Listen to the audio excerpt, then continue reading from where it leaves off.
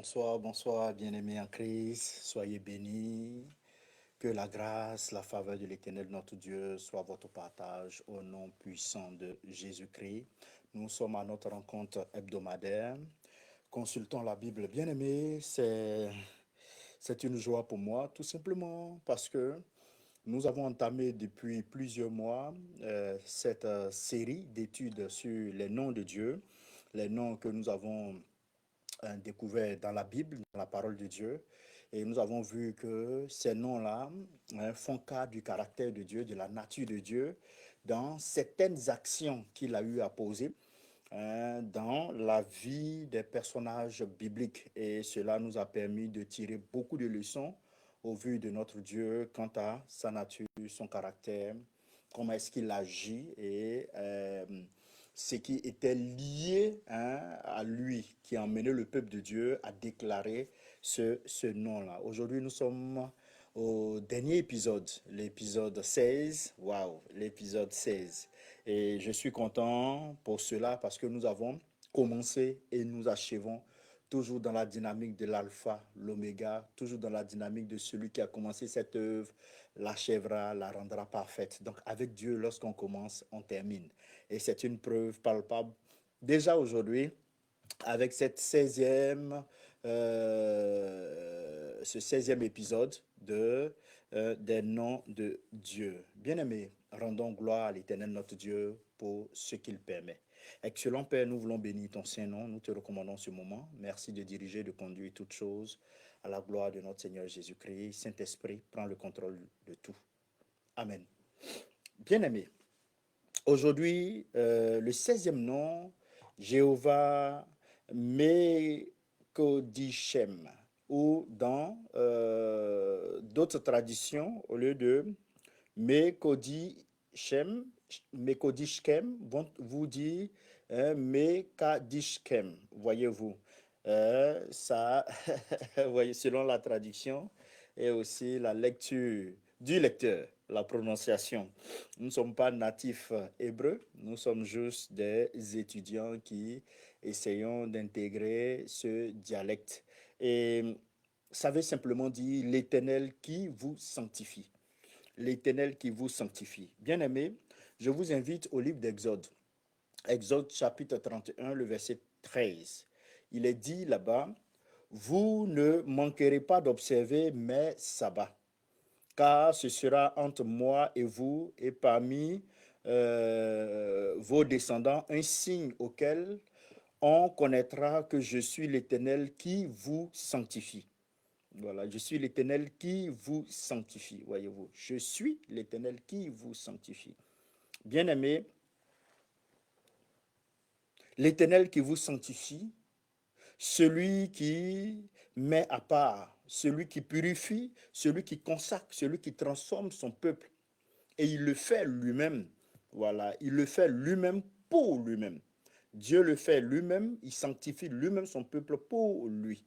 Bien-aimés, j'aimerais qu'ensemble nous puissions aujourd'hui pour ce 16e nom, Yahweh Mekodishkem, faire ressortir ce désir de Dieu-là de voir son peuple être sanctifié. Vous voyez, nous avons ce dicton-là qui dit tel père, tel fils. Voilà. Gardons ce dicton et essayons de conserver et d'approcher la réflexion que nous allons faire dans cette dynamique. Tel père, tel fils. Le père qui conçoit le fils, qui fait naître le fils. Voyez, donc, qui est le père? Quels sont les caractères du Père, la nature du Père? Et l'une des valeurs du Père, c'est la sanctification, la sainteté. Voyez-vous? Donc, ça va de soi qu'il désire sanctifier ses enfants, qu'il désire sanctifier ceux qui sont ses fils, qui sont avec lui, qu'il désire que ses fils, étant auprès de lui, soient saints. Parce que, bien aimé, notre vérité, c'est que n'étant pas saints, nous mourrons dans sa présence. N'étant pas saints, nous mourrons dans sa présence. C'est pourquoi rendons gloire à Jésus-Christ, parce que par son sang, par la rédemption, nous sommes sanctifiés. C'est pourquoi nous pouvons aller avec assurance au trône de grâce, comme le dit Hébreux 4,16. Mais bien aimés, revenons. Avant Jéhovah, avec, Jéhovah Shammah que nous avons étudié hein, à l'épisode 15, nous avons découvert que Dieu désire habiter. Ça a été une réflexion qui, de les noms après les noms, les épisodes après les autres, nous avons vu le chemin, le plan de Dieu pour l'humanité, le plan de Dieu pour les hommes. Nous avons découvert que Dieu désire, bien aimé, habiter au milieu de son peuple. Mais la présence de Dieu n'est jamais séparée de sa sainteté. Sa présence n'est jamais séparée de sa sainteté. Dieu ne vient pas seulement pour nous consoler, nous protéger ou nous bénir. Bien aimé, il vient aussi pour nous transformer. Sa présence ne nous laisse pas tels que nous sommes. Elle nous emmène, comme je l'ai dit, tel Père, tel Fils, pour que nous puissions ressembler parfaitement au Père. Bien aimé, Jéhovah Mekodishkem, l'Éternel qui vous sanctifie. Ce nom révèle une vérité fondamentale, une vérité clé, pertinente. C'est celle-ci. La sanctification est d'abord l'œuvre de Dieu en nous. Voyez-vous, la sanctification, c'est d'abord l'œuvre de Dieu en nous, avant d'être un effort pour lui plaire. Voilà. C'est d'abord Dieu qui travaille en nous et nous gardons, c'est-à-dire nous gardons cet état. C'est à toi maintenant de fournir un effort pour garder cet état. Sinon, le travail, en gros, est fait par Dieu, mais tu dois le conserver. C'est comme Dieu te dépose dans la main des biens et tu te dois d'en faire une bonne gestion. Tu te dois de le faire fructifier. Tu te dois d'en prendre soin, voyez-vous. Mais la conception, la mise à disposition du bien, la réalisation du bien, tout ça, c'est Dieu lui-même qui le fait. Et on prend ce que je viens de dire, on le met dans la dynamique de la sanctification. Dieu lui-même a décidé de nous sanctifier pour lui-même, pour sa gloire, pour lui-même, bien-aimé, pour lui-même. Voyez-vous. Et Dieu ne nous dit pas simplement, bien-aimés, je vous aime, chers fils et filles, sanctifiez-vous. Non, il ne le dit pas ainsi. Il dit, je suis celui qui vous sanctifie. Et c'est ce que nous avons lu en Exode 31, le verset 13, bien-aimés. Et nous voyons comme les autres, une composition, un nom composé, Jéhovah ou Yahweh, Mekodishkem. Voilà, donc un nom composé, Jéhovah et Mekodishkem ou Mekadishkem, ça dépend hein, de la traduction. Donc ici, Jéhovah, nous avons dit que c'est le nom de l'alliance, le Dieu fidèle à sa parole qui est engagé vers son peuple. Donc quand on dit Jéhovah, c'est ce nom-là, en tout respect, en tout respect. Et ce mot vient de la racine, c'est-à-dire Mekadishkem, ça vient de la racine Kadash, voyez-vous, Kadash, qui signifie être saint, Kadash, qui signifie être saint, mettre à part, consacré, purifié. Aussi, ça apparaît lorsqu'on disait mettez-moi à part Paul et Silas, donc ça apparaît aussi, ça se définit aussi comme la mise à part. Hein, pour un usage précis. La mise à part pour un usage précis. Et vous voyez que le suffixe kem, le suffixe kem vient, ça veut dire vous. Voilà. Donc, ma sainteté sur vous, pour faire de façon littérale, la sainteté sur vous. Donc, ainsi, Jéhovah, mais Kodishkem signifie littéralement, bien aimé, l'Éternel qui vous met à part pour lui-même. Donc, vous voyez la vérité qui est dans ce nom, d'où l'intérêt d'étudier.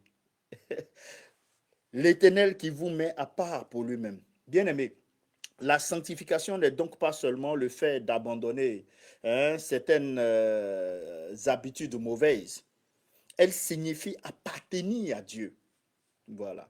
Appartenir à Dieu. Être séparé de ce qui est contraire à la volonté de Dieu, c'est se consacrer à son dessein. C'est se consacrer à son dessein. Bien aimé, Exode chapitre 31, que nous avons lu déjà avec le verset 13, mais je vous invite à lire tout le livre, tout le chapitre et même tout le livre. Voilà, tout le livre. Et le chapitre 31, vous verrez là, on parle du sabbat. hein, le chapitre 31 nous parle du sabbat comme un signe d'alliance. Un signe d'alliance. Dieu révèle ce nom dans un contexte du sabbat, comme on l'a lu au verset 13. La sanctification repose sur l'œuvre de Dieu, non sur l'activisme humain. Premier abord, premier pas, première vérité qu'il faut savoir. Le sabbat enseignait au peuple de Dieu à s'arrêter et à reconnaître. C'est là la dynamique du sabbat. Arrêtez-vous et reconnaissez. Arrêtez-vous et reconnaissez que Dieu est la source. Arrêtez-vous et reconnaissez que Dieu est le maître. Arrêtez-vous et reconnaissez que Dieu est celui qui accomplit. Arrêtez-vous et reconnaissez l'identité du peuple, voyez-vous, hein, que l'identité du peuple dépend de l'alliance et non de la performance. Et c'était le signal de ce signe-là que représentait le sabbat ou que représente le sabbat. Bien-aimé, le repos sabbatique ne signifiait pas la paresse, aucunement. Il proclamait la dépendance envers Dieu. Il proclamait la dépendance envers Dieu. Bien-aimé, je m'interroge en même temps que vous. Aidez-moi à répondre à cette question. Qu'est-ce que la sainteté biblique? Voilà. Qu'est-ce que la sainteté biblique? Vous me direz, chacun, voilà, vous pouvez chacun répondre, voilà. Mais je vous propose déjà ma réponse à moi. La sainteté de Dieu signifie qu'il est absolument pur. Quand la Bible parle de, il est pur. Voilà. Il est pur, blanc, plus blanc que neige. Il est séparé du péché. Il est incomparable. Il est pareil, c'est-à-dire parfait dans son caractère. Il n'y a pas d'ombre. Non, non, non, il n'y a pas d'ombre en lui. Il est entièrement consacré à sa propre gloire. Et parlant de cela, je vous invite à Ésaïe, chapitre 6, le verset 3. Quand Ésaïe a vu le Seigneur sur son trône, il a eu la vision. Hein, les anges ont crié, Saint, Saint, Saint, l'Éternel des armées. Et ils sont devant le trône à crier cela. Saint, Saint, Saint, l'Éternel des armées. Bien-aimé, la répétition 3 fois souligne la plénitude absolue de la sainteté. La plénitude absolue de la sainteté. Pour dire que la sanctification humaine signifie que Dieu prend une personne lambda, ordinaire, la sépare du péché et la consacre à son service. Donc Dieu prend la personne que je suis, qui était une personne pécheresse, me sépare du péché et me consacre à lui. Et il le fait aussi pour toi. Il le fait aussi pour toi. Et dans cette dynamique, il y a 3 dimensions de la sanctification qui apparaissent. 3 dimensions de la sanctification qui apparaissent. La première dimension de la sanctification, c'est la sanctification positionnelle. Et ça, 1 Corinthiens 1, 2 en parle. Mais bien avant, il faut savoir que lorsqu'une personne croit en Jésus-Christ, elle est mise à part pour Dieu. Quand tu crois en Jésus, tu es mise à part pour Dieu. C'est la sanctification de position. Et 1 Corinthiens 1, 2 va nous dire, Paul là, interpelle les chrétiens de Corinthe. Voilà, il interpelle les chrétiens de Corinthe. Il dit, ceux qui ont été sanctifiés en Jésus. Voyez-vous cette expression qui m'intéresse. Ceux qui ont été sanctifiés en Jésus. C'est une position. Pourtant, lorsqu'on voit que l'église, cette église-là de Corinthe, avait encore de nombreux problèmes. Avait encore de nombreux problèmes. Et cela montre qu'ils étaient sanctifiés dans leur position en Christ. Même si leur conduite devait encore être transformée. Donc, quand tu acceptes Jésus comme Seigneur et Sauveur, tu as déjà cette sainteté positionnelle. En Jésus, tu es saint. C'est pour ça que nous pouvons aller au trône de grâce en toute quiétude, pour que la sainteté de Dieu ne nous nuise pas. Si tu es pécheur, tu ne peux pas approcher la sainteté de Dieu. Mais en Jésus, Jésus te couvre, tu approches la sainteté de Dieu. Donc, cette sainteté de position, pour dire que le croyant appartient à Dieu dès sa conversion, tout simple. Tu appartiens à Dieu dès ta conversion. Il ne devient pas progressivement la propriété de Dieu. Il lui appartient déjà en Jésus-Christ. Déjà en Jésus-Christ. Et cela nous emmène au deuxième type de sanctification, ou deuxième dimension. La deuxième dimension, après la sainteté positionnelle, c'est la sanctification progressive. Hein, la sanctification positionnelle, il y a la sanctification progressive. Celle-ci, on peut soutenir cela avec 2 Corinthiens chapitre 3, le verset 18. Vous voyez, 2 Corinthiens 3, je vous invite à lire tout le chapitre. 2 Corinthiens 3, le verset 18. Donc, après la conversion, commence maintenant un processus quotidien de transformation. Et à ça même, je peux ajouter Romains 12, 2. Voilà, parlant de la transformation, du renouvellement de notre intelligence par le Saint-Esprit, afin que nous puissions discerner ce qui est agréable, bon et parfait. Voyez-vous. Donc, nous sommes transformés en la même image, de gloire en gloire, comme par le Seigneur, hein, comme par le Seigneur l'Esprit. Voyez-vous. Et ça, c'est 2 Corinthiens, chapitre 3, le verset 18. Bien-aimés, le Saint-Esprit travaille progressivement dans nos pensées. Au fur et à mesure que tu vas t'imprégner de la parole de Dieu, le Saint-Esprit va travailler dans tes pensées, dans tes désirs, dans tes réactions, dans ton caractère, dans tes habitudes. Oui, la sanctification n'est pas un événement unique, mais une marche continue. Voilà pourquoi nous parlons de sanctification progressive. Donc, la sanctification de position, la sanctification progressive et, in fine, nous allons atteindre la sanctification finale. La sanctification finale, c'est un jour où nous serons pleinement conformes à Christ. Où nous serons pleinement conformes à Christ. Le péché n'existera plus. Voilà, nous serons conformes à lui. Et c'est ce que nous dit 1 Jean chapitre 3, le verset 2, disant que nous serons semblables à lui parce que nous le verrons tel qu'il est. Donc nous serons pleinement dans un saint comme le Seigneur est. Bien-aimé, la sanctification commencée maintenant sera achevée dans la présence de Dieu. Voyez-vous. Donc, toutes les fois, tant que nous serons sur terre, avant l'enlèvement de l'Église, nous serons dans cette étape-là de la sanctification progressive. Et lorsque nous serons avec lui, lorsque nous serons dans la présence de Dieu, nous atteindrons cette troisième sanctification-là, la sanctification finale, pleinement. Pleinement. Tu n'auras plus à lutter contre de mauvaises pensées.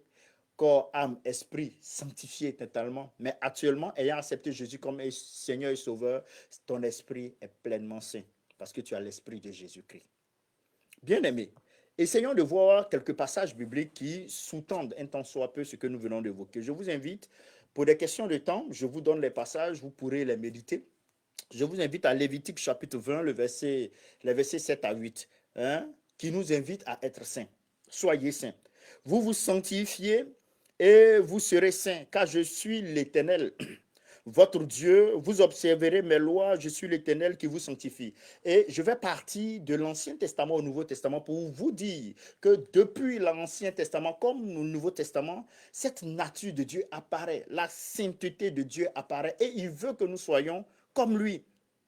Dieu sanctifie, le peuple doit répondre par l'obéissance à cette requête de sanctification. C'est pourquoi, bien aimé, la grâce divine, il faut comprendre qu'elle n'annule pas la responsabilité humaine. Et ça, chaque fois, je le dis, la grâce est là. Mais la sanctification progressive, tu as une responsabilité à ce niveau. Tu as une responsabilité à ce niveau. Nous ne pouvons pas nous sanctifier sans Dieu. Mais bien aimé, Dieu ne nous sanctifie pas sans notre coopération volontaire. Entrelacée, entremêlée. Il y a ta responsabilité. Il y a la responsabilité de Dieu. À son niveau, il n'y aura jamais de défaut. Parce que lui, il respectera sa parole. Il est fidèle. Il agira au temps convenable. C'est à toi maintenant. Est-ce que tu donneras une réponse d'obéissance? La question est posée. Bien-aimé, Lévitique chapitre 11, le verset 44. Lévitique chapitre 11, le verset 44. Soyez saints, car je suis saint. Voyez, vous serez saints, car je suis saint, dit-il. Donc la sainteté du chrétien repose sur le caractère de Dieu. Dieu ne dit pas soyez meilleurs que les autres. Non, il dit reflétez ce que je suis. Tel que je suis, soyez cela. Voyez, pour dire quoi? Tout simplement que la sainteté chrétienne n'est pas une comparaison avec les hommes. Non, elle est une conformité au caractère de Dieu, cher ami. Elle est une conformité au caractère de Dieu. Et le psaume 4, le verset 4, Dieu se met à part pour celui qui est fidèle, pour dire que être sanctifié signifie aussi être destiné à un but divin. Ta vie ne t'appartient pas. Tu es mis à part pour un usage. Tu es mis à part pour un usage.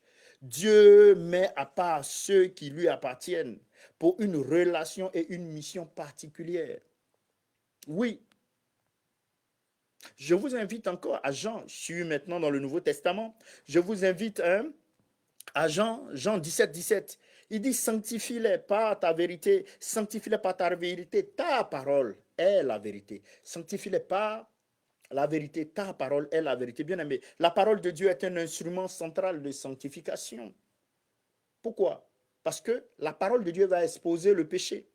La parole de Dieu va corriger nos pensées. La parole de Dieu va renouveler notre intelligence. La parole de Dieu va révéler la volonté de Dieu. La parole de Dieu forme le caractère de Christ. Forme le caractère de Christ en nous. On ne peut pas grandir dans la sainteté en négligeant la parole. Tu ne pourras pas grandir dans la sainteté en négligeant la parole. Je te parle et je me parle. Tu ne pourras pas grandir dans la sainteté en négligeant la parole. Et Jean 17, on avance un peu, on était toujours à Jean. Jean 17, 17, deux versets suivants, le verset 19. Jean 17, le verset 19, il dit « Et je me sanctifie moi-même pour eux, afin qu'eux aussi soient sanctifiés par la vérité. » C'est fort ça. Jésus se sanctifie pour nous. Quoi? Tu avais déjà lu ça?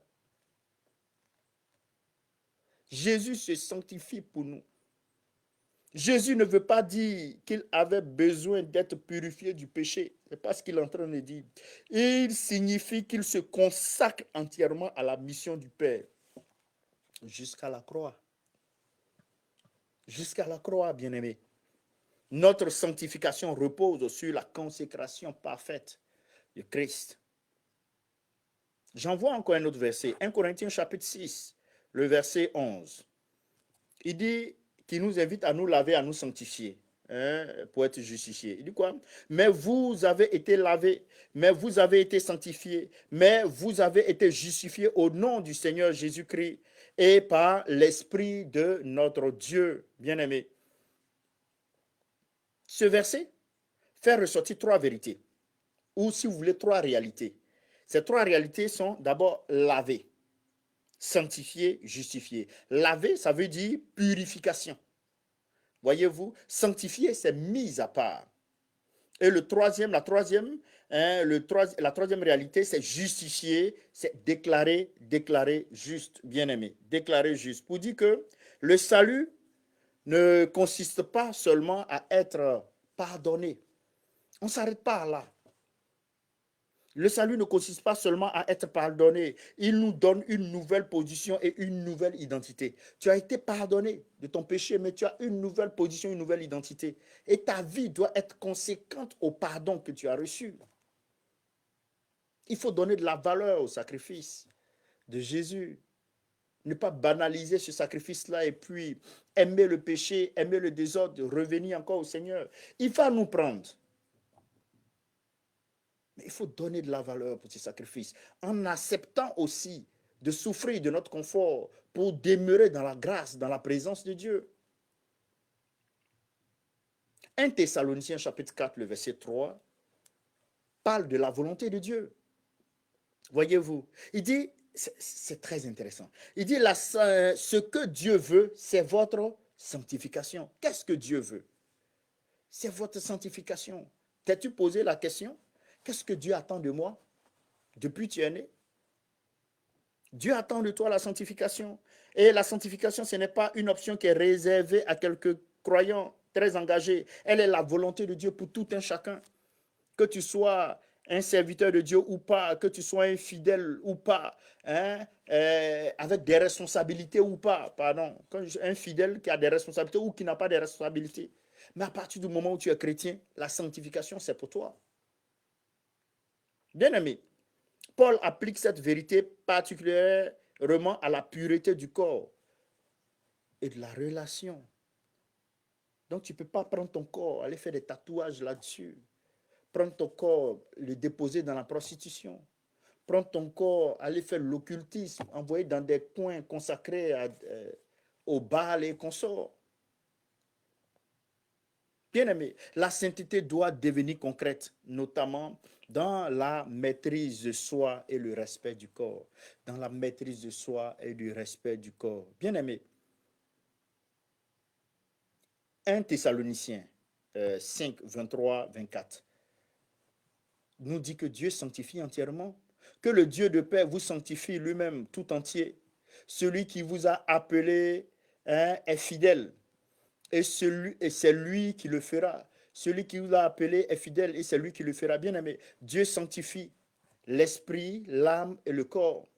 Il sanctifie l'esprit, l'âme et le corps. Yahweh Mekodishkem, que nous sommes en train d'étudier, ce nom-là de Dieu, ne transforme pas seulement une partie de notre vie. Il veut restaurer l'être entier. Il veut restaurer l'être entier. Donc, quand tu déclares cela, c'est que tu es quelqu'un qui marche dans cette dimension. Et le verset 24 de 1 Thessaloniciens 5, il dit c'est lui qui le fera. Parfaitement la transcription de Yahweh Mekadishkem ou Mekodishkem. Hébreux 10, le verset 10 nous dit quoi? Sanctifié par l'offrande de Christ. Il dit c'est en vertu de cette volonté que nous sommes sanctifiés par l'offrande du corps de Jésus-Christ une fois pour toutes. Pour dire quoi? Que la croix est le fondement de notre sanctification. C'est le fondement de notre sanctification. Nous ne sommes pas sanctifiés par nos mérites, mais par le sacrifice parfait de Jésus-Christ. Tu n'es aucunement sanctifié par tes mérites, mais par le sacrifice parfait de Jésus-Christ. Et Hébreux chapitre 12, le verset 14, recherchez la sanctification. Il dit recherchez la paix avec tous et la sanctification sans laquelle nul ne verra le Seigneur. Ici, il dit et la sanctification. La paix et la sanctification sans laquelle. Il n'a pas dit sans lesquelles. Donc, c'est la sanctification qui te permettra de voir le Seigneur. C'est la sanctification qui te permettra de voir le Seigneur. Sans la sanctification, tu ne pourras pas voir le Seigneur. Bien-aimé, ce passage souligne la responsabilité active du chrétien. La sanctification doit être recherchée d'abord volontairement. On ne doit pas te mettre un bâton derrière. Tu dois volontairement rechercher la sanctification sérieusement et de façon continue. Voilà pourquoi la sanctification positionnelle, la sanctification progressive, continue. La sanctification finale, c'est lorsqu'on sera dans la présence de Dieu. Voilà. Deux moyens d'être dans la présence de Dieu, soit tu meurs physiquement ou l'enlèvement s'est produit. Voilà. Dans cette dimension-là. Sinon, toutes les fois où nous serons sur la terre, la tentation viendra. Voilà, le péché se frappera à notre porte. Voyez, mais le péché ne nous... là où il y a le péché, la grâce va surabonder parfaitement, voyez-vous. Mais on sera parfait dans la présence de Dieu. Hébreux chapitre 12, 14, recherchez la sanctification. Bien-aimés, la grâce ne produit pas la passivité, elle crée en nous le désir et la capacité de poursuivre la sainteté. Oui. Je finis avec 1 Pierre 1, les versets 15 à 16. Vous pourrez lire, moi je ne fais que survoler, qui nous invite à être saints dans toute notre conduite. Il dit, de même que celui qui vous a appelé est saint, vous aussi soyez saints dans toute votre conduite. Pour dire que la sanctification ne concerne pas uniquement le culte ou la prière. La sanctification doit pouvoir toucher nos paroles, l'argent, la relation, le travail, les intentions, la vie privée. La sanctification doit pouvoir toucher cela. Dieu ne veut pas une sainteté compartimentée, mais une vie entièrement consacrée. Une vie entièrement consacrée, bien-aimé. Et le modèle parfait, comme j'aime toujours, je finis toujours par Jésus-Christ. Le modèle parfait, Jésus-Christ, Yahweh, Mekodishkem. Parfait en Jésus-Christ. Et le Nouveau Testament présente Jésus comme la source et le modèle de notre sanctification. Et 1 Corinthiens, chapitre 1, le verset 30. Jésus a été fait, Jésus-Christ a été fait pour nous sagesse, justice, sanctification et rédemption. Voilà le verset 30.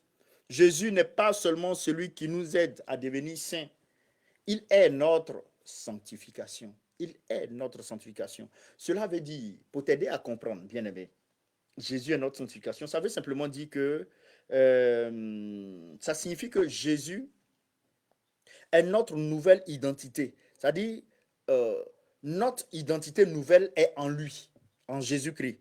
Notre purification vient de son sang. Notre transformation vient de son esprit. Notre modèle parfait est son caractère, voyez, est son caractère. Et Hébreux chapitre 13, le verset 12 vient souligner cela. Jésus aussi, afin de sanctifier le peuple par son propre sang, a souffert hors de la porte. Bien-aimé, la sanctification du chrétien est profondément liée à la croix. Notre sanctification est profondément liée à la croix. Et c'est pourquoi il est pertinent de comprendre le rôle du Saint-Esprit dans cette dynamique. Vous verrez que le Saint-Esprit, c'est l'agent de la sanctification. Et c'est ce que nous dit 2 Thessaloniciens, chapitre 2, le verset 13. Dieu nous a choisis dès le commencement pour le salut, par la sanctification de l'Esprit et par la foi en la vérité. Voyez-vous. Le Saint-Esprit convainc de péché, produit de nouveaux désirs, donne la force de résister, forme le fruit de l'esprit en nous, nous rend semblables à Christ.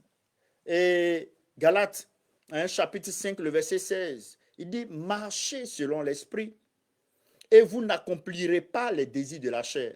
Marchez selon l'esprit et vous n'accomplirez pas les désirs de la chair. La révélation qui se trouve est toute simple. On ne vainc pas durablement la chair uniquement par la volonté humaine. Tu ne pourras pas. Mais par une marche continue avec le Saint-Esprit, c'est alors que tu pourras vaincre les désirs de la chair. Sinon, tu iras toujours à la fornication. Tu iras toujours à t'enivrer. Tu iras toujours à mentir et à voler. Non. Non. Marche par l'Esprit. Et en cela aussi, la parole est importante. Éphésiens 5, 25, 26 nous dit quoi?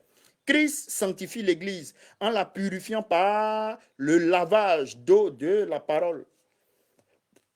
Donc, le rôle du Saint-Esprit, le rôle de la parole dans notre sanctification, voyez-vous. La parole agit comme un miroir. La parole va agir comme une lumière, une sémence, une épée, une eau qui purifie. Bien aimé, mais il ne suffit pas d'entendre la parole, il faut la recevoir, la méditer et lui obéir. Il faut la recevoir la parole, méditer la parole et puis obéir à la parole. C'est en cela que Jacques chapitre 1, le verset 22 nous dit, mettez en pratique la parole et ne vous bornez pas seulement qu'à l'écouter. Bien aimé, quand on dit c'est sanctification, il faut aussi comprendre qu'il doit y avoir séparation. Donc, être sanctifié implique une séparation. Être sanctifié implique une séparation. Mais la séparation dont parle la Bible ne signifie pas de fuir les personnes qui ne croient pas en Jésus-Christ. Non. Jésus était proche des pécheurs sans participer à leurs péchés.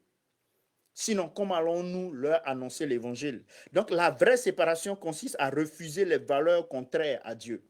La vraie séparation consiste à ne pas nous conformer à ce monde.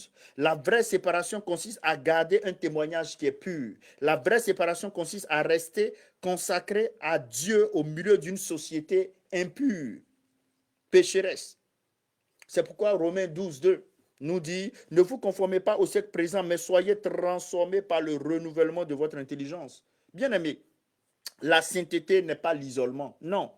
C'est la différence au milieu du monde. La différence au milieu du monde. C'est pourquoi, bien-aimé, sanctification aussi fait appel, après la séparation, à la consécration.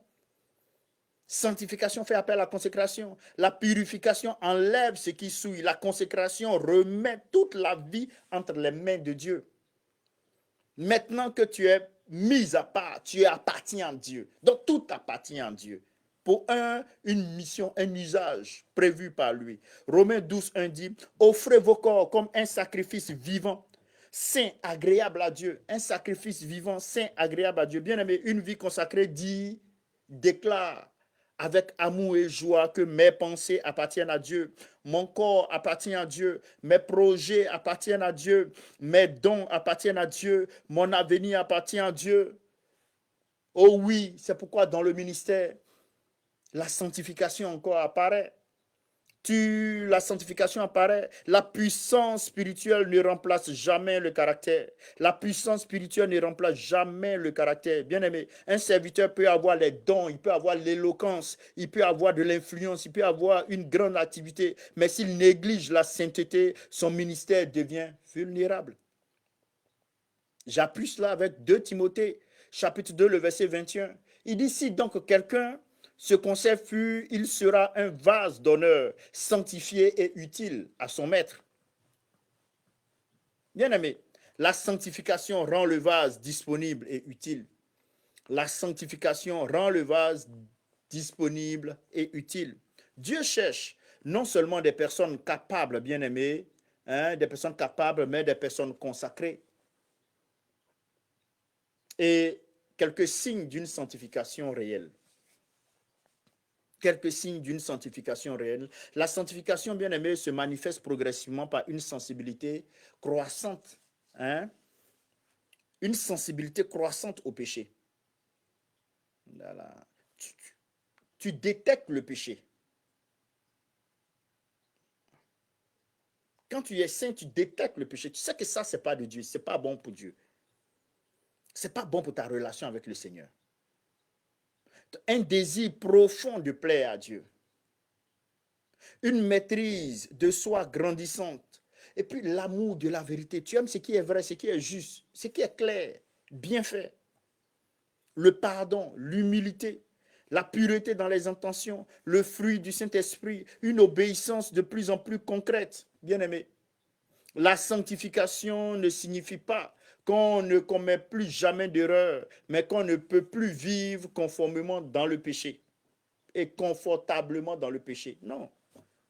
Tu ne peux plus vivre confortablement dans le péché.